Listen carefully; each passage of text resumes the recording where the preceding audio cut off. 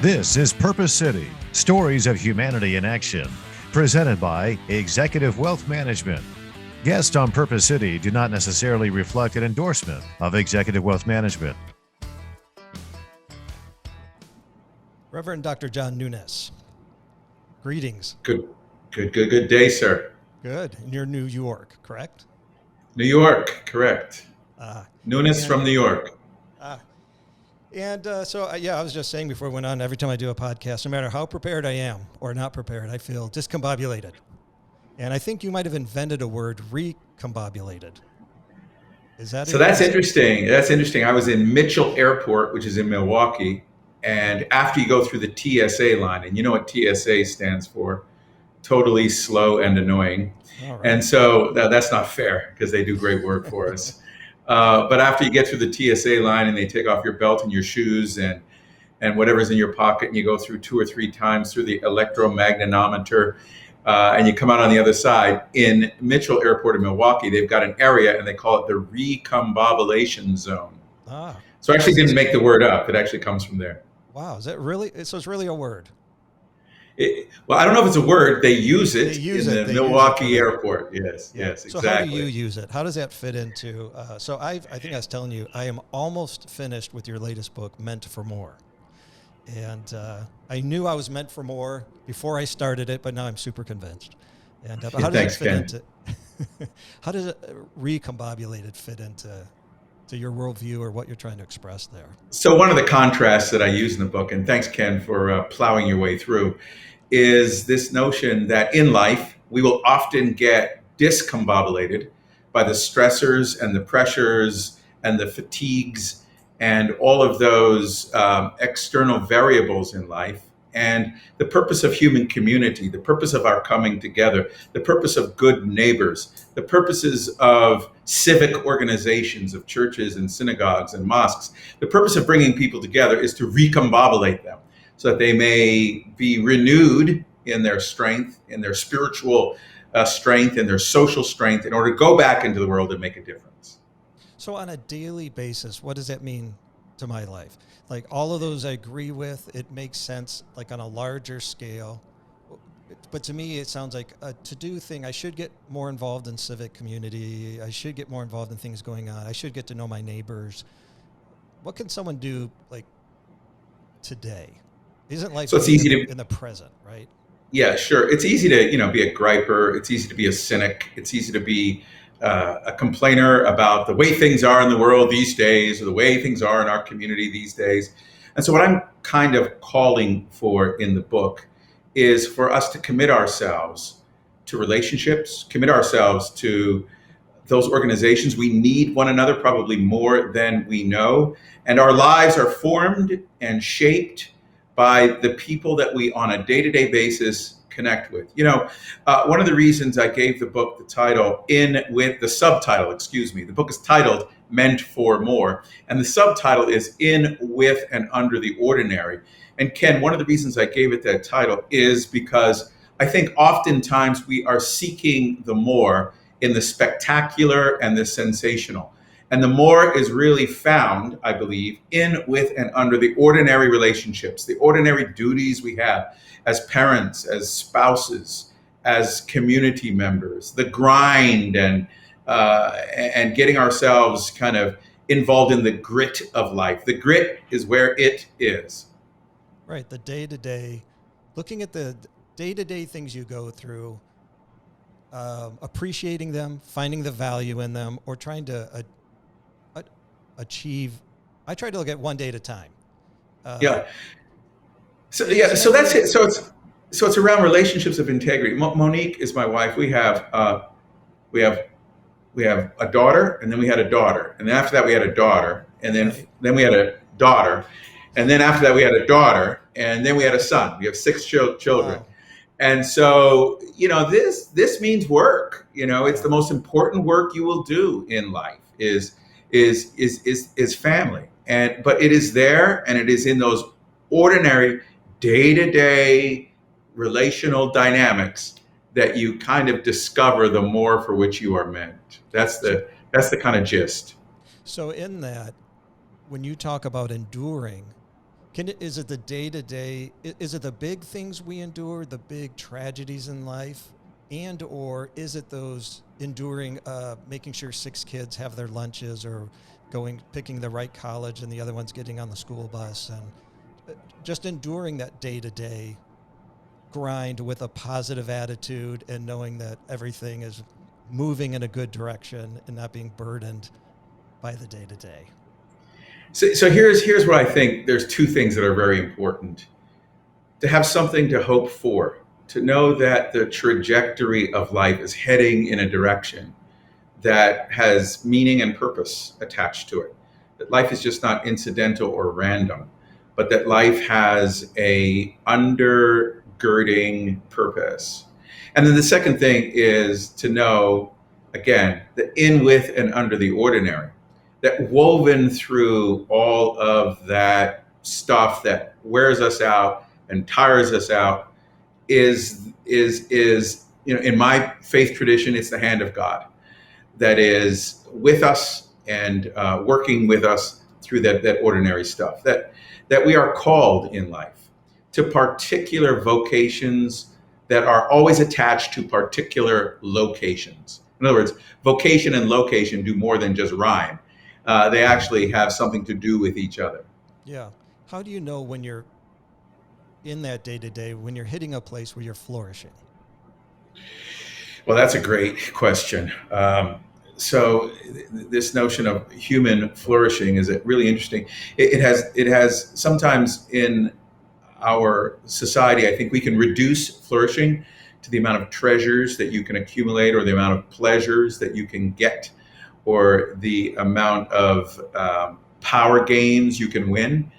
And it is not in that kind of greatness that we understand what flourishing is. That flourishing is found actually in, as we've just said, Ken, in the day-to-day. And you know it because of the small victories that you have, and they actually matter bigger than the public rewards. I've had the opportunity over my career, both in academia and in pastoral ministry, to be with people who are sort of at the end of their lives or at the end of their careers, and to listen carefully to what they say has mattered.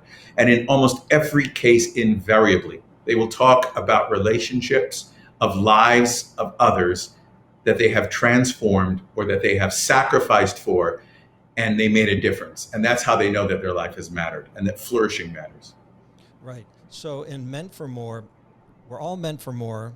And it seems like what you're stating in the book that I could see from the beginning is stating to us what we think we might think is meant for more.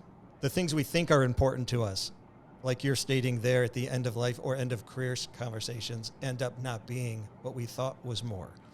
So what is it really in the human nature, or our desires that we think are more, that really end up at the end of the day being less than?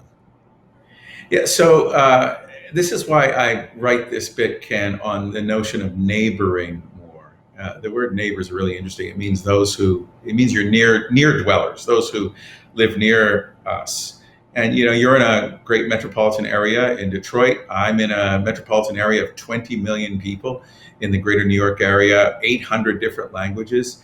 And so we have a particular challenge in these sorts of diverse communities, with people who don't walk like us, or talk like us, or look like us, or cook like us, or dance like us, or don't dance like us. Right. And we have a particular challenge in trying to figure out how to do life together in a pluralistic society.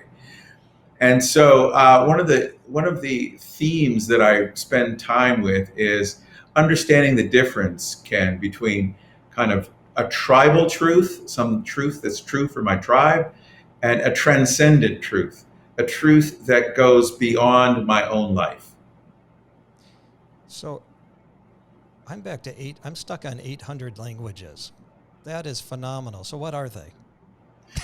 All 800? Yeah, you got it. Okay. Well, let me just say this, but at the end of the day, I've had the opportunity. I was president and CEO of Lutheran World Relief, an international development agency working in more than 50 countries around the world. And one of the things I discovered is that at the end of the day, humans are humans. And at the end of the day, we all want sort of the same thing. We all want to be secure and safe from any kind of attack. We all want to have enough food to eat. We all want to have our children who have a future and a hope for them. So although there are 800 different languages in the greater New York area and more than that in the world, there's really one language. There really is one human language. And I think that there's more that unites human persons than that divides us. I think too often, Ken, we get really, really divided around differences that really don't make a difference. Sure. I mean, it's right that our DNA is 99.9% identical to the rest There of are the more. race. So it's really interesting because, within so-called races, in the first place, I believe that race itself is a fiction. Race doesn't actually exist as a category. But within so-called races, there's actually more DNA difference, to your point, Ken, than there is between so-called races.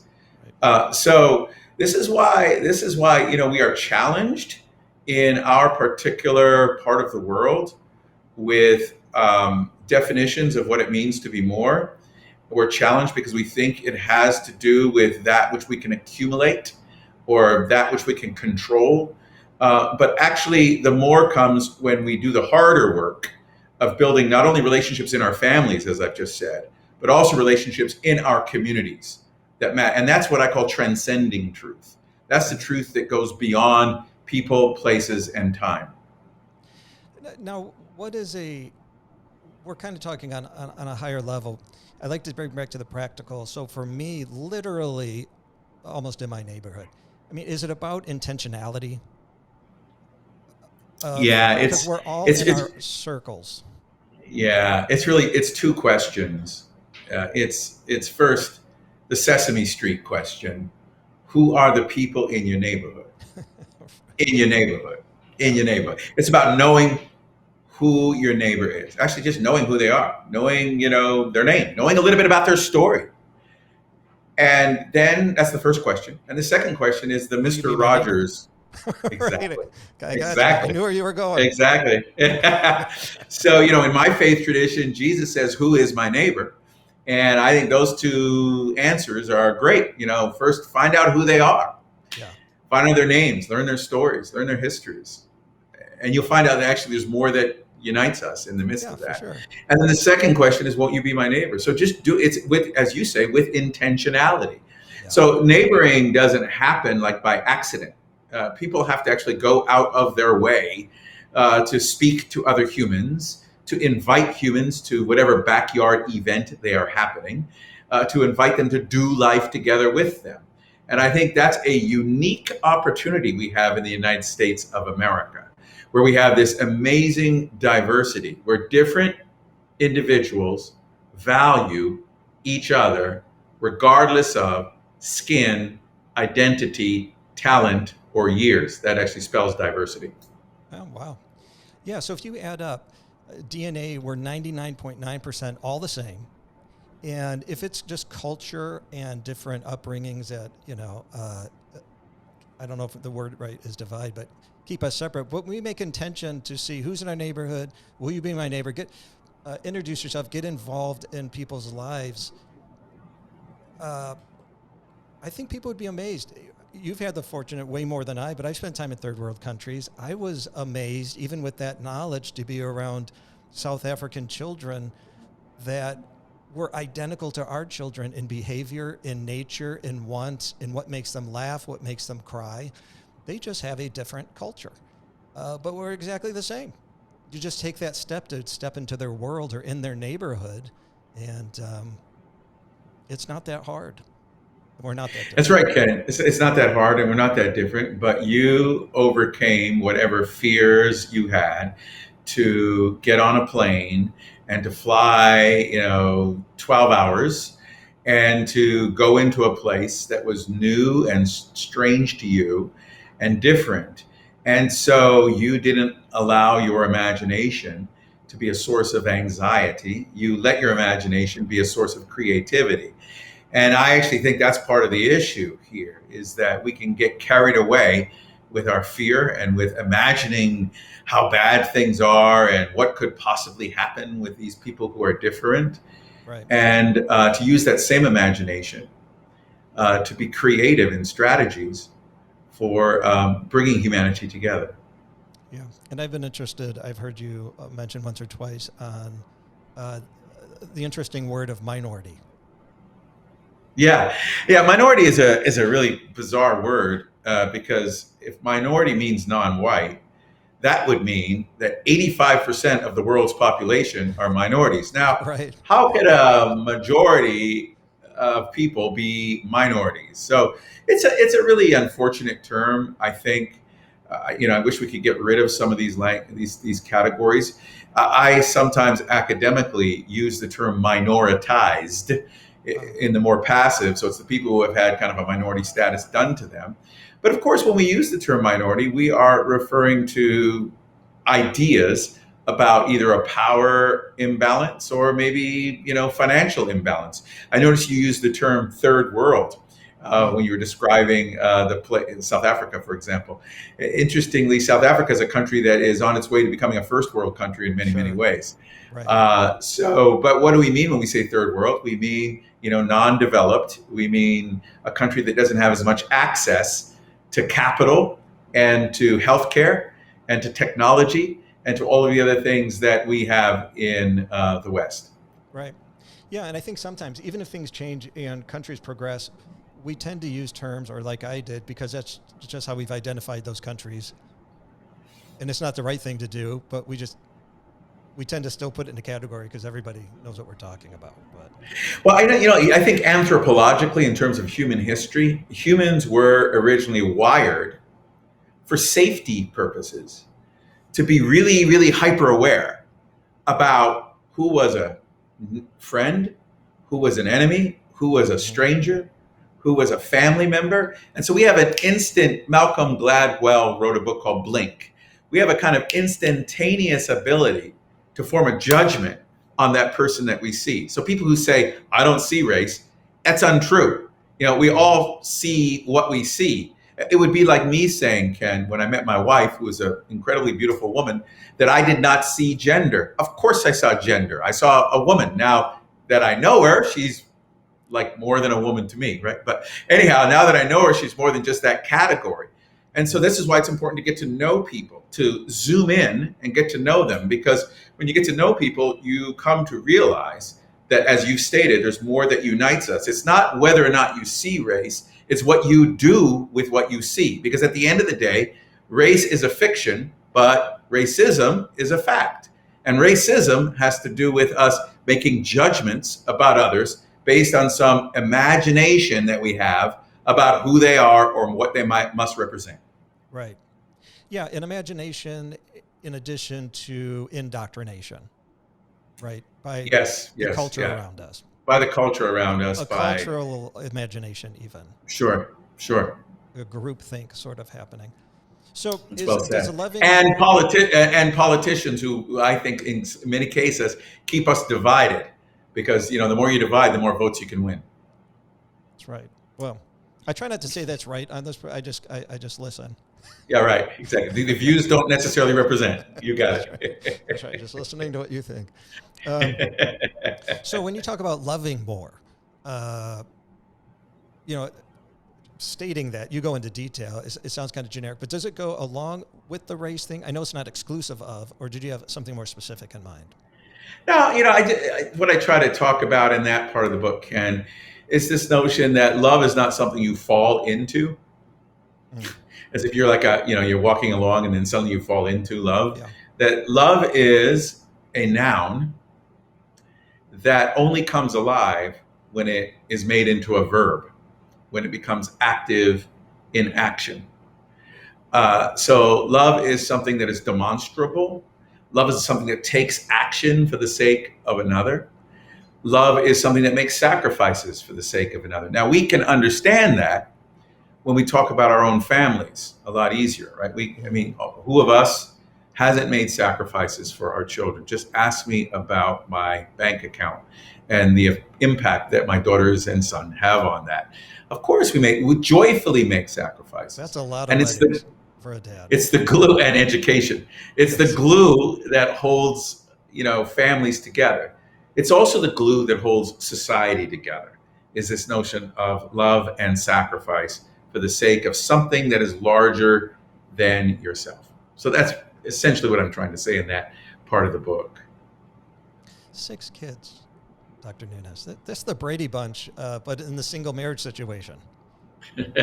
Always something going on. It's got to be always something going on. I tell some stories in the book about, we would go in Michigan, actually, 2/3 up the west coast of Michigan, off of Lake Michigan, is the most beautiful place on the planet, in my opinion. Sure. It's idyllic. It's called Arcadia, Camp Arcadia. It's a camp we go up to there.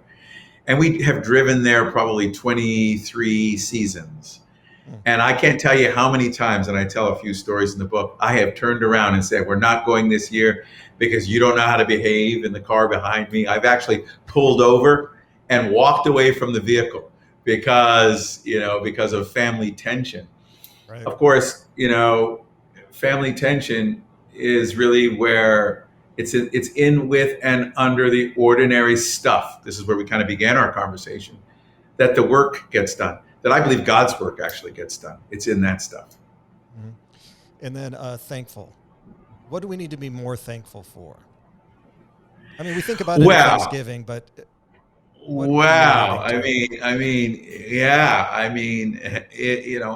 problem we have in our society is the extent to which we have a whole industry dedicated to us thinking that more in life occurs when we acquire more and possess more.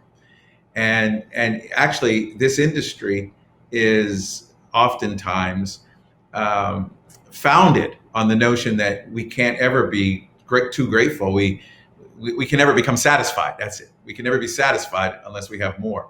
And of course, it's an unending chase in that case. I think that, so I'm an immigrant to the United States of America. And, I wasn't born here, but I got here as quickly as I could. And I'm here because of opportunity here. And ask any immigrant about opportunities in the USA. Opportunities here are incomparable to the rest of the planet. And yet, sometimes we are so incredibly dissatisfied and ungrateful. So I think it's to remind ourselves on a day-to-day basis about even the small things, again, in, with, and under the ordinary. Mm-hmm. Even the small things we have for which we give thanks. The very next breath that you can take, the fact that you can take a breath. In this time of COVID, we've had lots of people who weren't able to breathe. Sure. The very fact that you can breathe is a gift. The very fact that you have a heart that beats and you have a reasonable degree of mobility. These are all things for which we need to be grateful. Yeah. You've seen more than I, but back to the South African experience we referenced, I'll never forget just 2 quick instances. One little adorable boy that couldn't be happier to have, he was all dirty, his clothes were ripped and torn or whatever, but someone down the line, or he found it, someone had given him a toy helicopter, which we would have thrown away long ago. It was broken. It was kind of hanging there, but he walked around just showing everybody, happiest kid on earth, couldn't be more thankful for that. And, it's easy to say, our kids, you're not thankful, but we're not thankful. I mean, you think about those things that just, what we do have here. So, it is. I think, the answer to that question is something like the great banner I see you have behind you there, PurposeCity, and that first word there, purpose. So to spend time reflecting on what is my purpose. We know that none of us will live forever. Death is a constant companion. And we all have lives that have only a allotted or limited duration. And so grappling with the question of purpose and personalizing the question of purpose. Why am I here?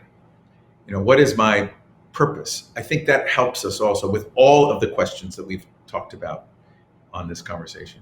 Right. And is purpose what keeps you going, to keep a skip in your step? You're a phenomenal speaker. If nobody's seen you in person and they hear you're speaking at a conference someplace, they should go. Every time I've talked to you on the phone or whatever, upbeat, positive, just having 6 kids alone, much less president of a university where you're helping all these other parents' kids. What keeps you smiling every day? So I'm just observing you, Ken, since we're in the exchanging of respect here.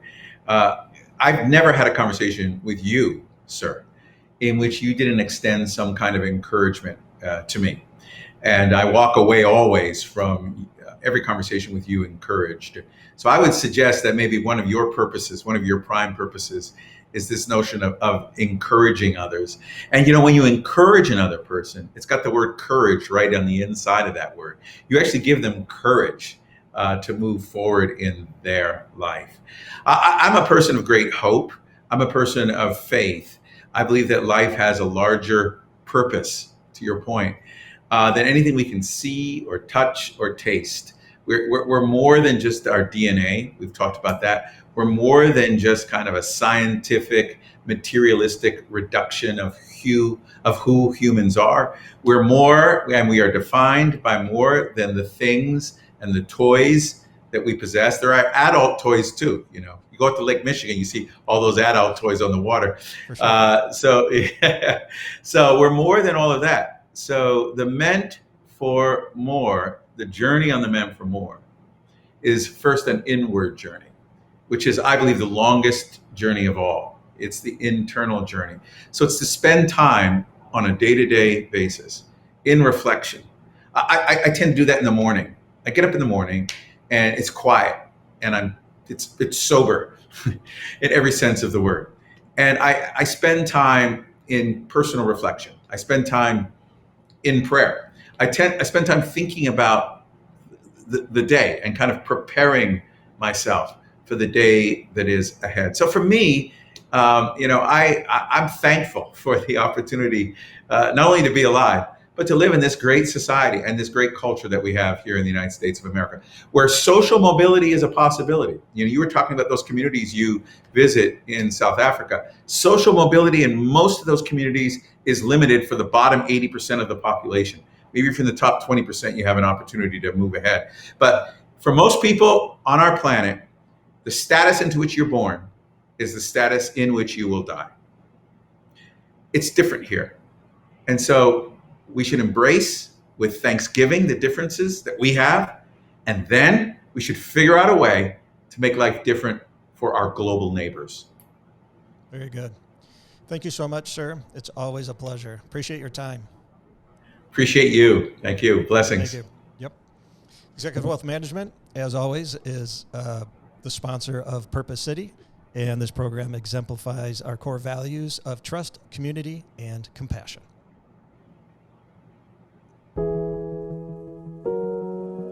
We are in a period of time of intense and continuous change. People who want to build wealth need to know that an investment philosophy and process is critical to any long-term investment strategy. So clients, when they're looking at their portfolios and they're seeing the markets move in a very negative fashion or even in a positive fashion, we want to make sure that we're taking advantage of what the markets are doing. So we're building, we're defending, and then we're advancing that strategy. Through compassionate growth, we build, defend, and advance.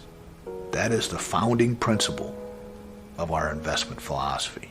Clients knowing that they can be up at one level of risk and very gradually reduced based on a non-emotional analysis is mathematically driven. It is based on a developed system that is built for a very large community. Our team is built up of not just a couple advisors with their assistants like you'll see in a lot of offices. We have our investment team here, an investment policy committee.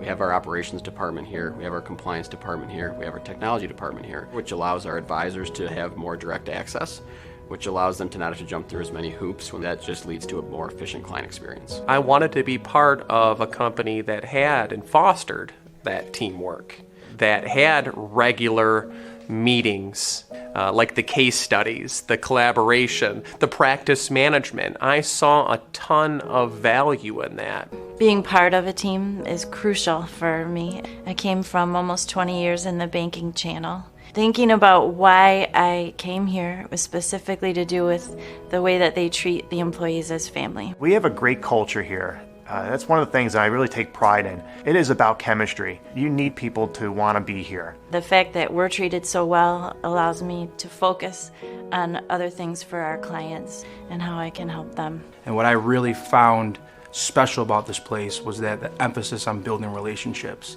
And that is something that I've carried into my practice as an advisor. I want to build that plan and then obviously allow us to defend it, but ultimately is that peace of mind that we're going to help them advance going forward. I'm the partner to the investor with inside the firm. I really enjoy answering clients' questions. A lot of our clients like to read thoroughly through our disclosure documents, and they have a lot of excellent questions.